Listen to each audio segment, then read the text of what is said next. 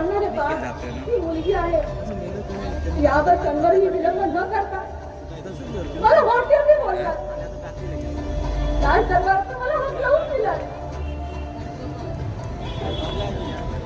मुलगा झाला असता, मुलगी झाली असती तर तुम्ही माझ्यावर भडकलात. आणि मुलगा झाला असता तर ढोल ताशे वाजवला असता. हा कोणता न्याय आहे महाराज? सांगा ना.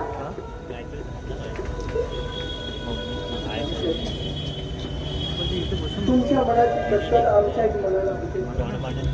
आम्हालाही सुद्धा या गोष्टीचा पश्चाताप झालाय. आम्ही जर इतिहासाची पानं उलटून पाहिली असती तर महाराणी जिजाऊ, महाराणी ताराराणी, सावित्रीबाई फुले, अहिल्याबाई होळकर यासारख्या शूर योद्ध्यांचा आम्हालाही माहिती झाली असती.